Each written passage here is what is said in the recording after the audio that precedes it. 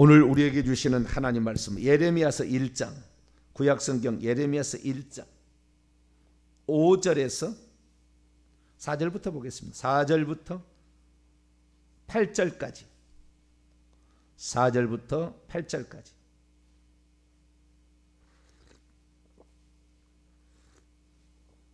예레미야서 1장 4절에서 8절까지 말씀을 한 절씩 교독하시도록 하겠습니다.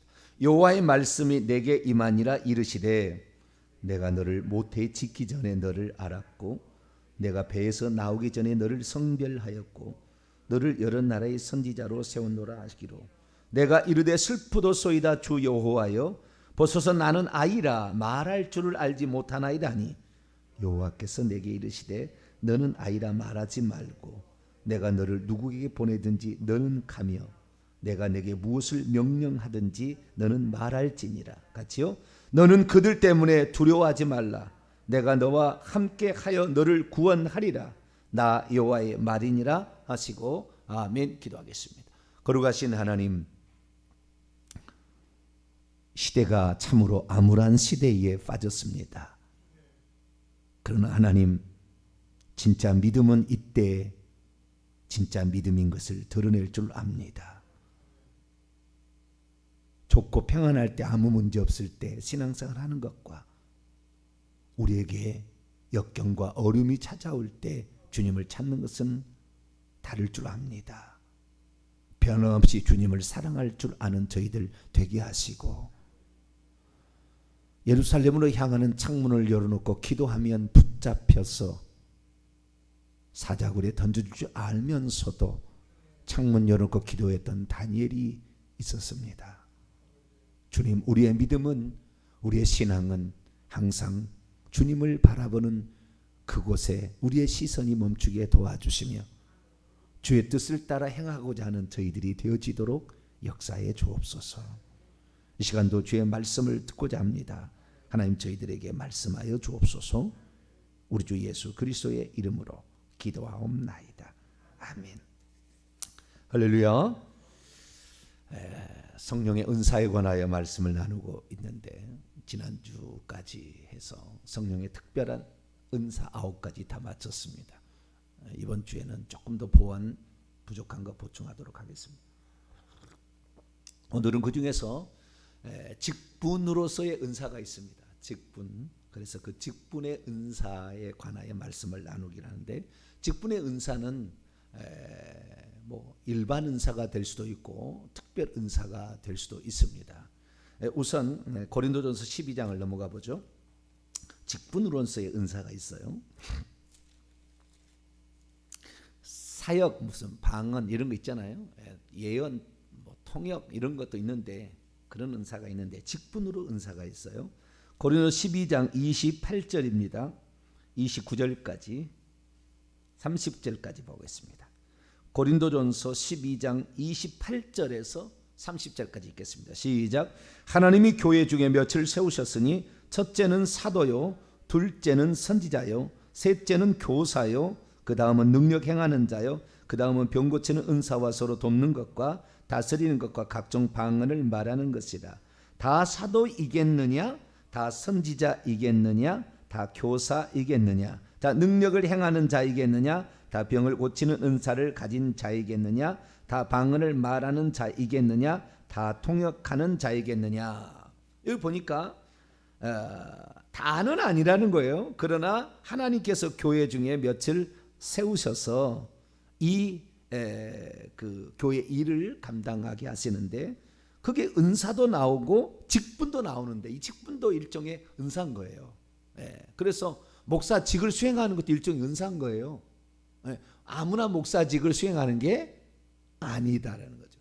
사도라는 것이 있고 선지자라는 것이 있고 교사라는 것이 있잖아요. 여기에 보니까 다른 것은 이미 은사에 특별 은사에 나오는 것인데, 사도나 선지자나 이 교사라는 것은 은사라는 겁니다. 하나님께서 그런 직분을 수행하도록 특별히 은총을 베푼 거죠. 자, 에베소서 4장 또 넘어갑니다. 빨리빨리 가보죠. 에베소서 4장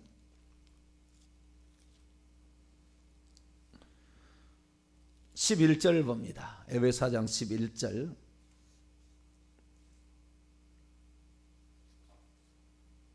에베소서 4장 11절 봅니다. 시작.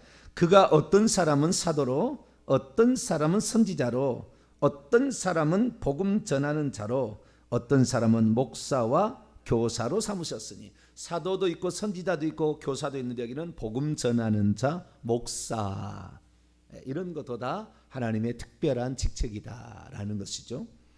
그런데 우리가 여기에서 이것을 보게 될 때에 우리가 생각해야 될 게 뭐가 있느냐, 사도라는 것을 우선 생각을 좀 해보도록 하겠습니다. 사도를 한번 보도록 하겠죠. 고린도전서 1장을 보겠습니다. 고린도전서 1장.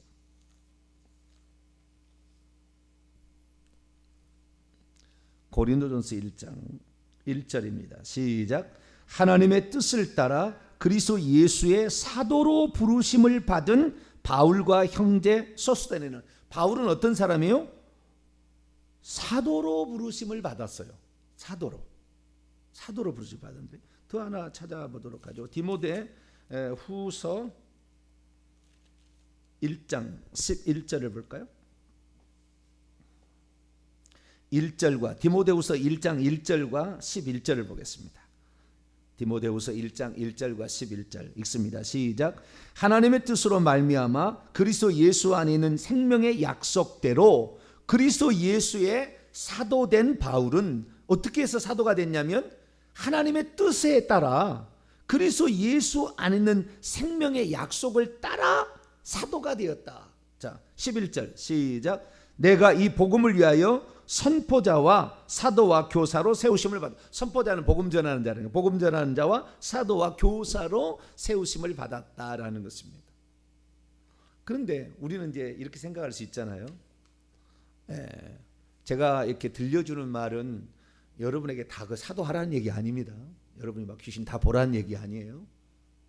그런 게 있다라는 것을 알고 있어야 대처하는 것이고, 혹시 주의 종이 제 메시지를 들었다고 한다면 그것을 통해 각성하라는 것이지 우리 성도들이 다 하라는 건 아니에요. 목사하라 뭐 이거 아닙니다. 이런 직책이 있다라는 것이고, 그것을 알게 되면 내가 어떻게 그분을 위해서 기도할 것인가도 아는 것이고, 이런 것이지 전혀 몰라버리면 영적인 문외한이 되는 거예요. 그래서 제가 하는 얘기는 다 우리가 성도 다 해야 된다 이거 아닙니다. 은사 뭐 9가지 은사 다 받아야 된다 그거 아니에요.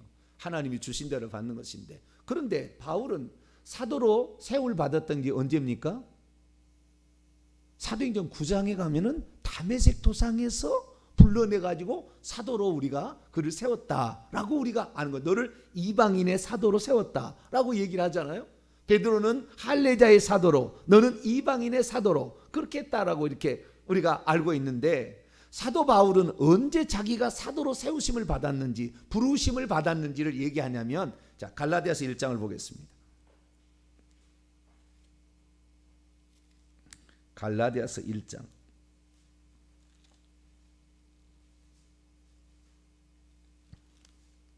갈라디아서 1장 15절부터 15절. 갈라디아서 1장 15절.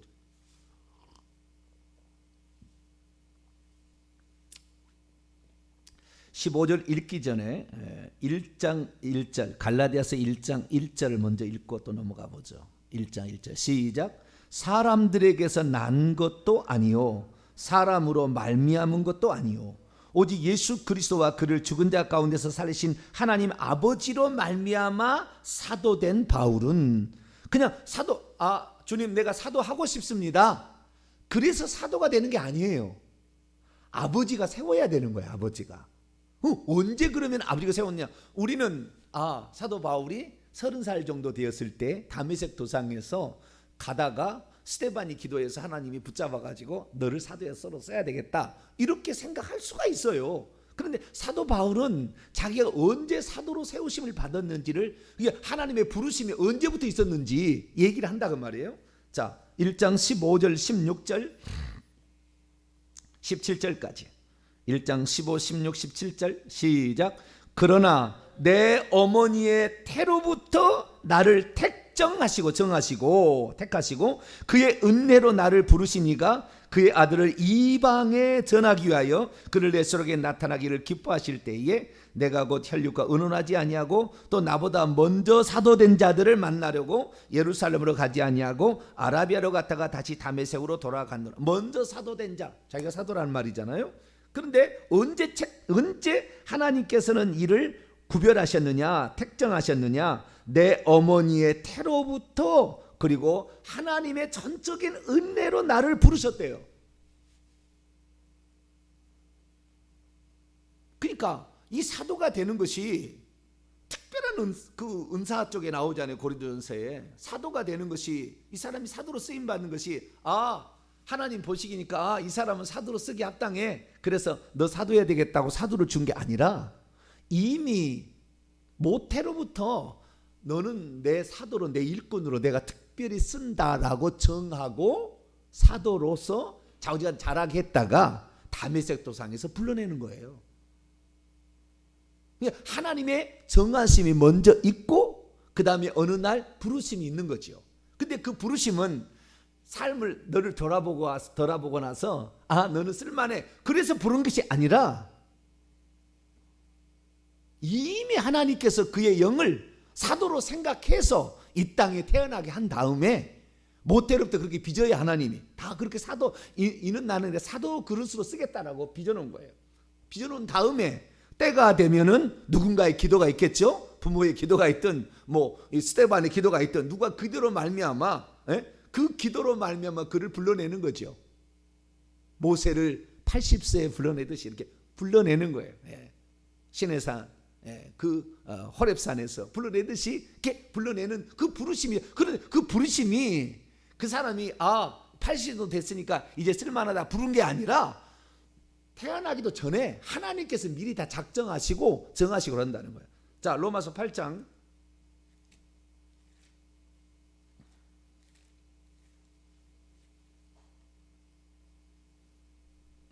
로마서 8장 28절에서 30절입니다. 미리 정하심 있고 그 다음에 부르심이 있어요. 택정이 먼저, 이 택정은 이것은 모태에 이미 빚을 때부터 그렇게 하고 있었다는 거예요. 근데 좀 이따 더 보겠습니다. 그 전부터 있어요. 그 전부터 하시는 거예요.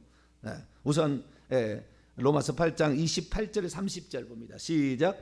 우리가 알거니와 하나님을 사랑하는 자 곧 그의 뜻대로 부르심을 입은 자들에게는 모든 것이 합력하여 선을 이루느니라. 하나님이 미리 아신 자들을 또한 그의 아들의 형상을 본받게 하기 위하여 미리 정하셨으니 이는 그런 많은 형제들 중에서 맏아들이 되게 하심이니라. 또 미리 정하신 그들을 또한 부르시고 부르신 그들을 또한 의롭다 하시고 의롭다 하신 그들을 또한 영화롭게 하셨다. 하나님이 미리 정하셨어요. 예정하신 거죠. 제가 목회자의 삶을 25년 이상을 해보면서 결론적인 것은 미리 정하신 거예요. 목회자로. 내가 목회자 하고 싶다고 할 수 있는 게 아니었어요.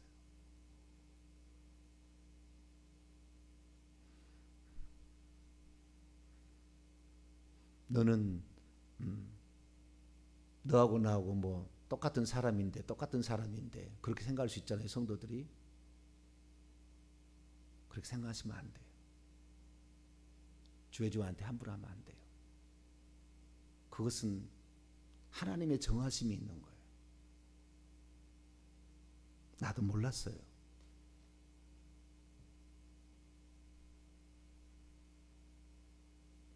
그것은 하나님이 정하시는 거예요. 내가 이 그릇을 이렇게 쓰리라, 저렇게 쓰리라 라고 하는 것은 하나님이 정하신 거예요. 왜 나는 평신도로 정하시고 왜 나는 당신은 목회자로 정하셨나요? 불공평합니다. 이렇게 말할 수 있는 게 아니에요. 물론 그렇게 기도해 보세요. 그러면은 그 사람이 하나님께서 택정한 사람이었다라고 한다면 하나님께서 반드시 부르심이 있습니다. 오늘날의 상당수의 목회자가 부르심이 없이 목회자 되는 사람이 생겨나고 있어요.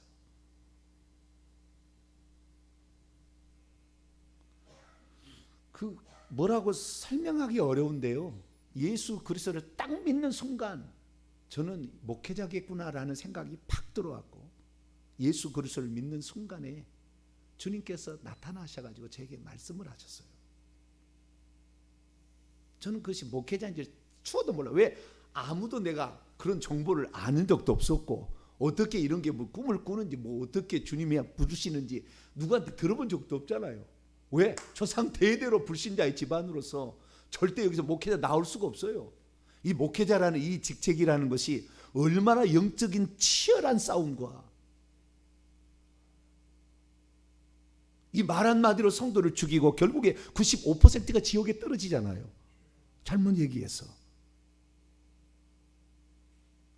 아무나 할 수 있는 게 아니었어요.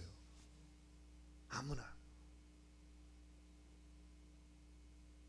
이 사도 바울도 하나님의 뜻을 따라 아버지께서 그를 불러내셨는데, 불러내신 것은 30살 때 다메섹 도상이었어요. 그러나 그를 택정하신 것은 모태의 태로부터, 빚을 때부터 너는 이 그릇으로 쓰겠다라고 빚었다는 거예요. 그러니까 그 사람의 하나님께 특별히 쓰임을 받는 사람은 반드시 특별한 부르심이 있는 거예요. 없을 수가 없어요. 없고 하는 사람도 있다니까. 있긴 있는데 그것은 매우 힘들 거예요. 없던 것을 만들어야 되는 거니까. 그러나 하나님께서는 그의 뜻대로 부르시는 사람이 있다. 그의 뜻을 우리가 거부할 수도 없는 것이고, 그의 뜻이 아니라고 부정할 수도 없는 것이고, 이렇게 되는 거예요. 구약에도 마찬가지로 이런 특별한 부르심이 있었다는 거예요. 자, 오늘 예레미야 1장을 볼까요? 그런 부르심이 많이 나오는데 예레미야 1장은 충격적이에요. 다른 그 어떤 것보다도 충격적이에요.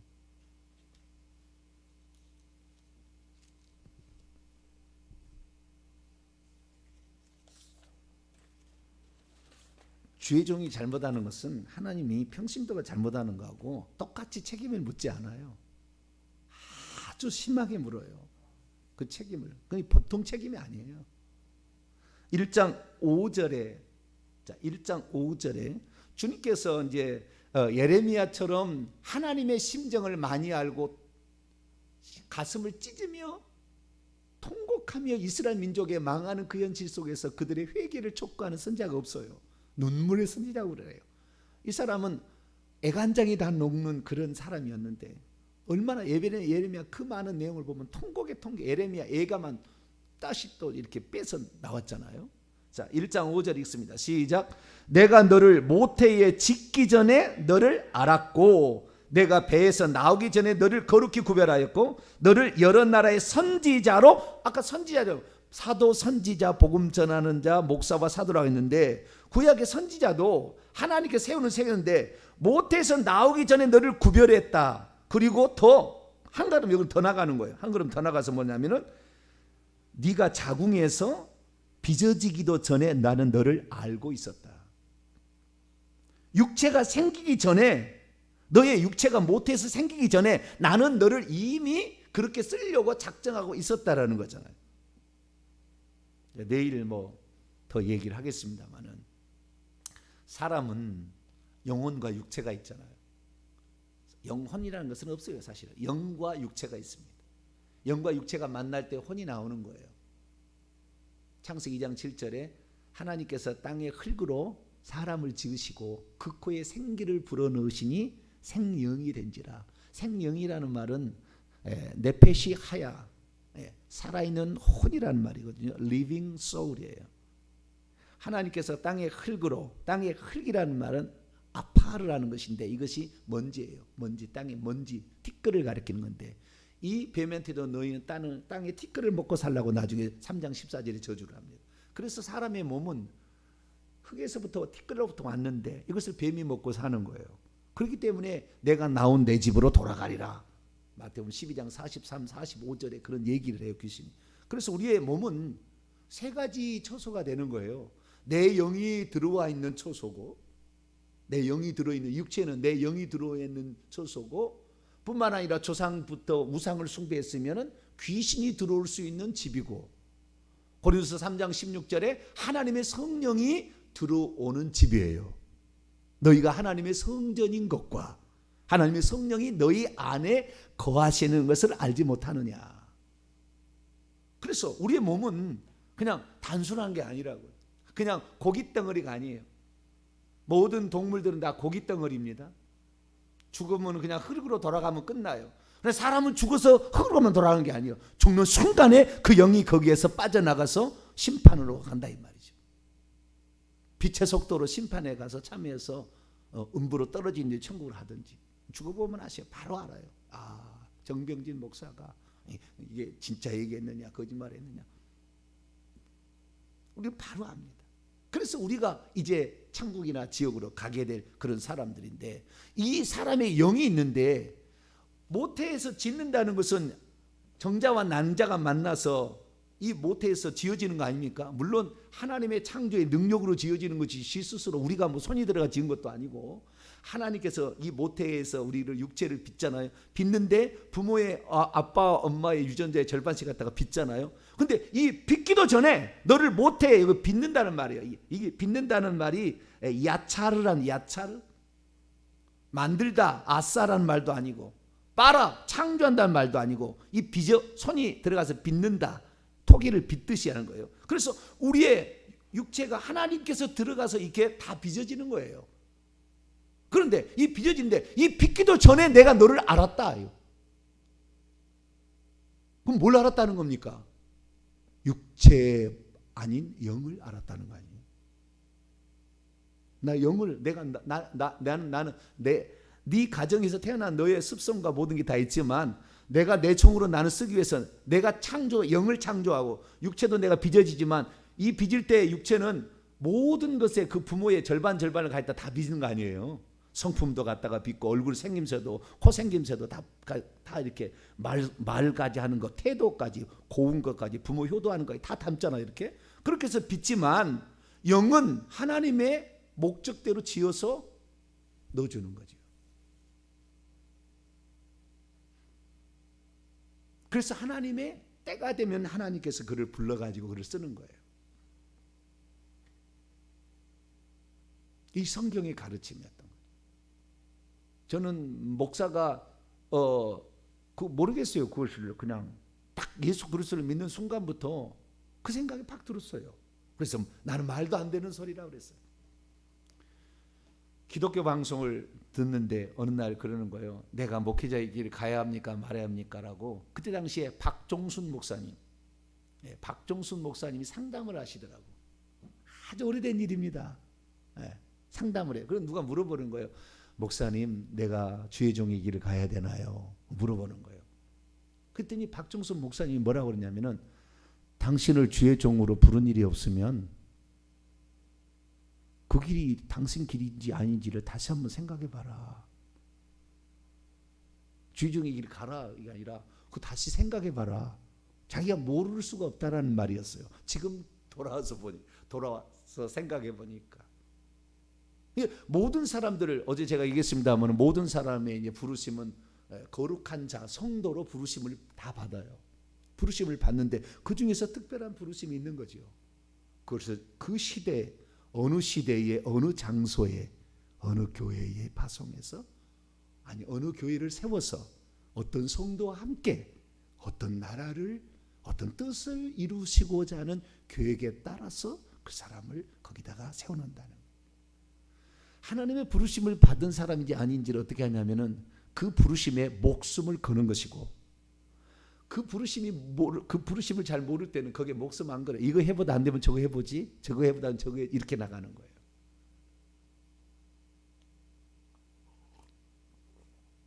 그래서 이게 하늘의 부르심이라는 거, 하나님이 불러내신다는 거, 그냥 어쩌다가 이놈 믿음이 좀 괜찮네, 이놈을 주의 종으로 써야 되겠어, 그러고 부른 게 아니었어요.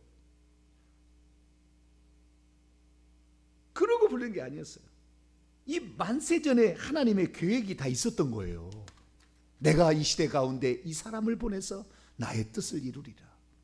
엘리 가문이 다 타락해서 하나님께서 더 이상의 정말 이 먹칠을 당하는 그런 시대에 오직 하나님만 높이는 사람을 내가 보내리라 생각하고 있었던 거죠. 성경 하나를 찾아보도록 합니다. 디모데후서 1장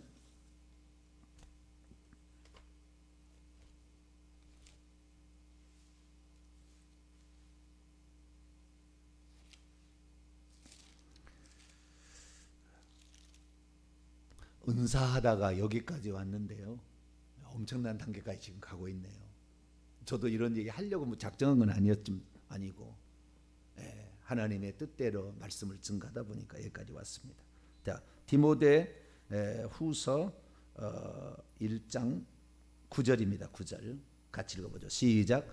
하나님이 우리를 구원하사 거룩하신 소명으로 부르심은 우리의 행위대로 하심이 아니요 오직 자기의 뜻과 영원 전부터 그리스도 예수 안에서 우리에게 주신 은혜대로 하십니다. 우리의 행위가 너 보니까 믿음이 좋은 것 같아. 새벽 기도도 잘 나오고 기도도 많이 하니까 너 주의 종으로 써야 되겠어. 그게 아니었어요.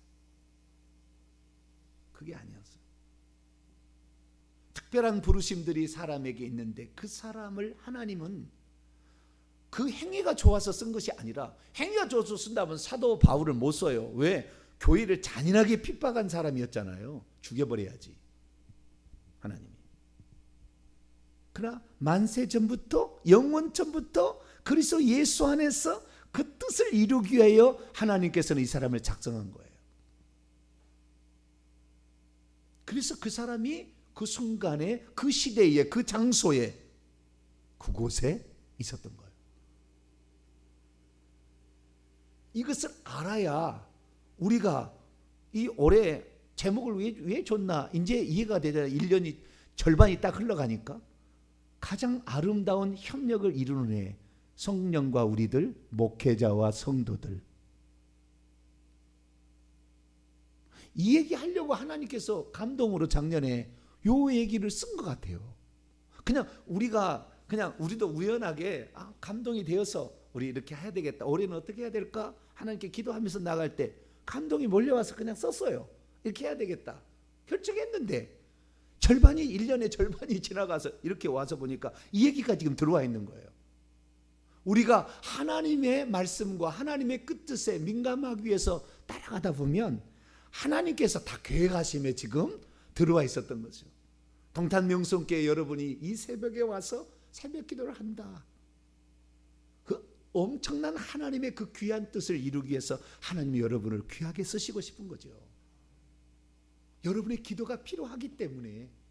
아무나 옵니까? 안수입사에서 아무나 옵니까? 권사에서 아무나 옵니까? 장로에서 아무나 옵니까? 오라고 해도 힘들어서 못 올 수 있어요. 다 그런 거 아니에요. 우리는 오늘 내가 이 거룩한 부르심에 내가 지금 참여하고 있다는 사실 자체가 얼마나 거룩한 일에 지금 동참하고 있는가. 할렐루야. 그 생각을 하셔야 돼요. 그래서 다 하나님에 가면은 그 분량에 맞는 엄청난 상급들이 준비되어 있는 것이죠. 마지막입니다. 히브리서 3장 1절. 계속해서 이 부분에 관하여 더 이제 말씀을 또 나눌 겁니다. 오늘은 큰 테두리만 보도록 하겠습니다. 히브리서 3장 1절. 히브리서 3장 1절 읽습니다. 시작. 그러므로 함께 하늘의 부르심을 받은 거룩한 형제들아, 우리가 믿는 도리의 사도이시며 대제사장이신 예수를 깊이 생각하라. 함께 하늘의 부르심에 동참하고 있느니란 말입니다. 원문에 보면 하늘의 부르심에 참여하고 있는 거룩한 형제들이 성도예요. 하늘의 부르심에 거룩한 일에 동참하고 있는, 우리 같은 썩어서 우리가 죄 짓는가 하면 우리는 100번 1000번 죽어서 지옥에 떨어져야 되잖아요. 근데 우리를 불러서 살려주신 것만 해도 너무 감사한데, 하나님의 거룩하신 뜻을 알고 이 시대 가운데 전부 예수 믿다가 90%가 지옥에 던져지는 이 상황에서 그들을 살릴 수 있도록 하나님께서 우리에게 오늘 이 시대에 불러서 그 사역을 맡겨주셨다. 저는 사실 아무것도 아닌 존재인데 하나님의 그런 어떤 계획하심이 있었던 거죠. 그 계획하심에 몸부림치면서 주님 앞에 찾다 보니까 하나님께서 이제 다 그것을 풀어놓는 거예요. 이 세상에 태어나서 그 부르심 하나님의 본래 그 어떤 지으신 목적대로 다 알고 쓰임 받는 사람이 많지 않대요. 많지 않답니다. 왜? 그 방면에 있는 것도 모르고 그 방면을 향하여 간구하지도 않고, 그러니까 영적인 성장을 이루는 거예요. 영적인 성장. 이 에베소 4장에 보면은 예수 그리스도를 믿는 것과 아는 일이 하나가 되어 장성한 분량인데 그의 머리 그리스도까지 자라라고 그러잖아요. 우리가 태어났을 때에 그렇게 하나님이 그릇을 만들어서 보냈어도 그가 자라서 그런 분량까지 도달해 하나님이 주시는 것이지, 그냥 그릇이니까 너는 당장 준다, 안 된다 그 말이에요. 사도 바울이 그렇게 쓰임받을 수 있는 것은 그가 이방인일지라도 복음을 증가할 그런 열려진 마음이 있었기 때문에 그를 부르는 그런 준비 단계가 있었던 거지요. 오늘 우리가 가만히 있으면 절대 그거 하나님께서 가르쳐 주지 않아요. 쓰지 않습니다. 오늘도 내가 주님 앞에 쓰임받기 원하여, 주님 나는 부족합니다. 그러나 주님이 말씀하시면 내가 가라, 내가 말하라면 말하라, 내가 너를 보호하리라 하는 약속하고 있어요. 그렇기 때문에 우리가 주의 뜻에 따라서 이렇게 행한다는 것은 너무나 감격스러운 일이고, 천국에 가면 거룩한 일로서 우리가 인정을 받으니 이 귀한 일에 우리가 함께 동역하면서 저도 최대한 하나님의 그 말씀에 주님에서 나를 부르신 그 빚으신 목적대로 오늘 제가 이렇게 날마다 또 나가고 있는데, 제가 그러잖아요. 얼마만큼 제 그릇이 정했는지 아직도 저는 잘 모르겠다고. 더 지나봐야 될 거예요. 10년 안에는 나오겠지요. 네. 그런데 좌우지간 어떻게 얼마나 큰 그릇을 쓸지는 저도 몰라요. 그러나 좌우지간 나는 아무것도 아니나 주님의 쓰심에 원하시는 대로 드리고 저와 여러분이 만나서 이 사역을 위해서 행할 때 하나님은 여러분을 잘했다 칭찬하여 주실 것입니다. 거룩하신 하나님, 오늘 저희들이 이렇게 주 앞에 나와 이 암울한 시대에 기도자로서 살게 하시니 감사합니다.